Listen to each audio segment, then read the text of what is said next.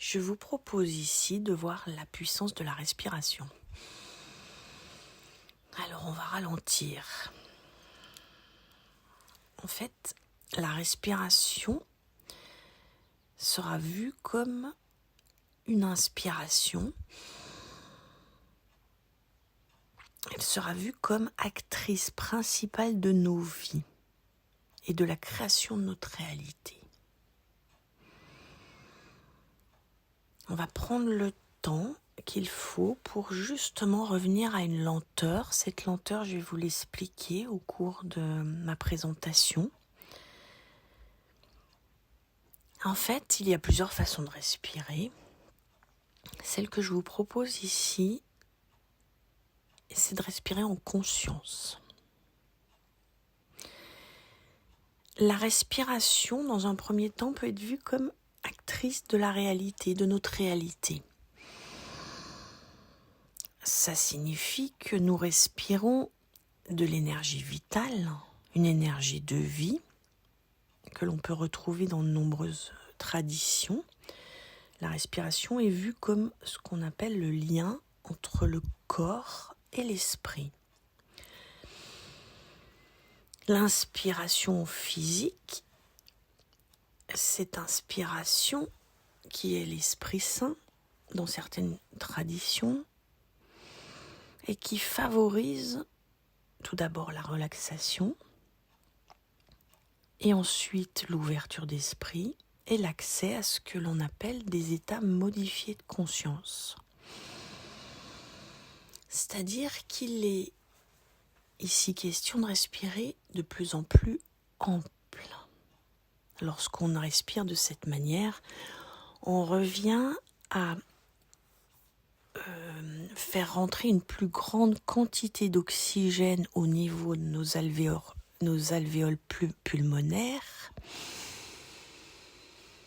C'est-à-dire que tous les vaisseaux sanguins et les capteurs qui sont situés au niveau des alvéoles des poumons vont se charger et s'oxygéner, vont donc se remplir d'énergie vitale, d'énergie de vie. Le fait de pratiquer la respiration avec cette conscience, qui s'appelle la cohérence cardiaque, nous permet d'accéder à ces états modifiés de conscience, c'est-à-dire de revenir à une lenteur et de revenir à un état de création, propice à la créativité. C'est ce que l'on appelle sanctifier dans certaines cultures, notamment des philosophies anciennes. Nous parlons de sanctifier, qui signifie rendre sacré, et qui est souvent associé à une prière, donc une intention. Donc ça, c'est vraiment l'acte de création dans toute sa dimension. Nous nous synchronisons à un rythme de biologie. Nous posons une intention et nous manifestons. Donc ça, c'est des concepts qui sont cultivés depuis bien longtemps dans des philosophies anciennes. Ce qui est intéressant, donc moi ce que je propose aussi dans les ateliers, notamment je pense aux ateliers intériorité, c'est de revenir avec cette conscience de cette dimension d'intériorité. En fait, nous respirons, nous modifions notre état de perception du monde en fonction de notre respiration. Donc c'est ce qu'on appelle une cohérence cardiaque. Nous revenons à une perception modifiée de la réalité. Dans un état de perception modifié, nous nous synchronisons au cerveau-cœur, puisque le cœur a des neurones, et nous nous mettons en cohérence avec ce que l'on appelle l'énergie de vie, mais bien sûr ce que l'on appelle la vie tout court. Dans cet état-là, en fait, nous sommes des créateurs puissants. Nous accédons à une dimension plus vaste. Donc nous pouvons manifester une dimension beaucoup plus large. Moi, c'est ce que je vous apprends dans les ateliers intériorité, mais pas que.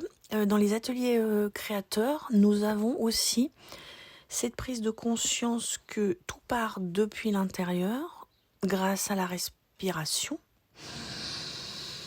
à l'inspiration. Et quand on situe dans le temps des intentions, je pense notamment grâce aux outils agenda, nous pouvons situer dans le temps des réalisations. Et c'est ainsi que nous réalisons des projets. Nous manifestons. Dans les ateliers créateurs, il y a aussi les jeux. Le jeu du jeu, qui est un jeu qui nous permet de nous dissocier de notre personnage.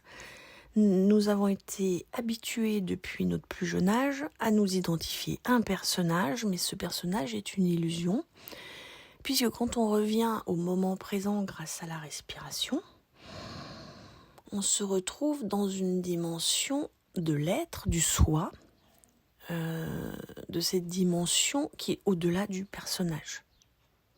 Le personnage, c'est une interface qui est reliée à nos pensées, mais le personnage ne crée rien puisque les pensées sont des parcs de pensées existantes que nous entretenons comme des égrégores, mais il n'y a rien de nouveau dans nos pensées.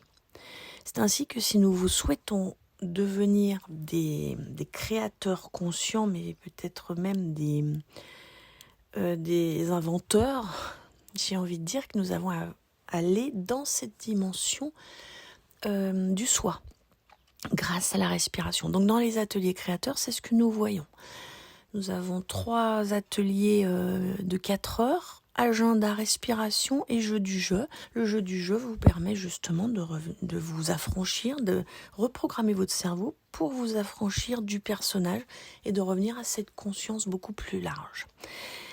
L'idée de ces ateliers, c'est de reprogrammer vos chemins neuronaux. En fait, on change nos habitudes en créant de nouvelles habitudes, donc de nouveaux chemins neuronaux qui vont s'imprimer dans notre cerveau sous forme de nouvelles zones qui s'éclairent, qui s'éveillent. En fait, c'est ce qu'on appelle l'éveil. Du coup, on utilise d'autres facultés cérébrales. Voilà, je reviens au pouvoir de cette respiration, à la puissance de la respiration, qui est une manifestation en fait. Quand on respire, en fait, on pose une intention, un désir, avec une respiration cohérente, et c'est comme si on téléchargeait déjà une nouvelle réalité sous forme d'idées, de visualisation, et qui nous permet d'imaginer une autre réalité. C'est un peu comme si on téléchargeait une réalité nouvelle dans notre expérience. Dans les ateliers créateurs, je vous fais faire ces exercices en conscience, je vous les apprends et surtout je vous permets de vous situer dans ce qu'on appelle l'espace-temps de la création. C'est grâce à un agenda qui définit des dates. Voilà. La relation entre l'inspiration et la manifestation, ça suggère aussi qu'on est connecté, quoi qu'il arrive, en permanence, grâce à la respiration, à quelque chose de beaucoup plus vaste, beaucoup plus grand. Ce que l'on appelle le soi, mais ce que les physiciens quantiques appellent le champ quantique. Ce que j'appelle l'énergie vitale, cette énergie de vie que nous respirons tous, aussi bien les végétaux que les animaux, que les humains.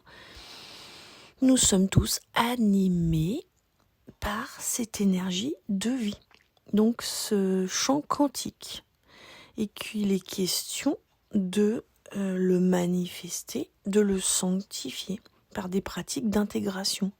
Donc notamment des techniques de respiration, des méditations, des visualisations. Ce qui facilite l'alignement entre ce que l'on désire à l'intérieur et les actions que l'on pose sur l'extérieur. Il y a une cohérence du coup entre l'intérieur et l'extérieur. Le rituel de la respiration consciente, je vous le propose justement dans les ateliers intériorité afin de revenir à des habitudes nouvelles, de faire l'expérience, de vivre en tant que conscience dans un corps, de ressentir, de respirer, de goûter aux sensations, de goûter aux perceptions qui passent à travers ce que j'appelle l'intelligence corporelle, l'intelligence du corps, c'est-à-dire le cœur, le corps, les ressentis, la kinesthésie, les sensations de la peau. La peau est le plus grand capteur sensoriel du corps. C'est d'ailleurs le plus grand organe du corps. En médecine chinoise, il est relié au méridien du poumon. Donc le poumon et la peau, un lien étroit, un lien intime. Voilà. Donc je vous permets de retrouver tout ça dans les ateliers et aussi les immersions, donc qui vous permettent de vous mettre en situation d'inconfort, donc en situation de stress, et qui vous permettent de reprogrammer vos réactions face au stress. Donc grâce à la respiration toujours, mais là ce sont des mises en situation sur l'extérieur, dans la nature. Donc si on se synchronise à la nature, au rythme de la nature, déjà on respire beaucoup plus ample et on retrouve une cohérence cardiaque qui va diminuer le stress. Voilà, je crois avoir tout dit. Si vous avez besoin de plus d'informations, n'hésitez pas à me contacter en direct. Vous pouvez aussi retrouver toutes les informations sur ma page Insta et je vous dis à tout bientôt.